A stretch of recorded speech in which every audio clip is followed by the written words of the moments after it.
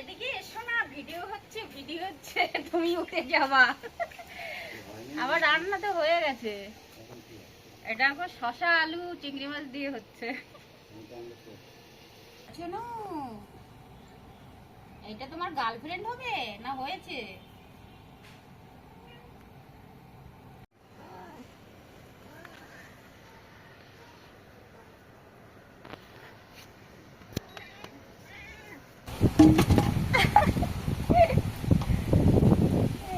আমার শালিকাটি সব হয়ে গেছিল।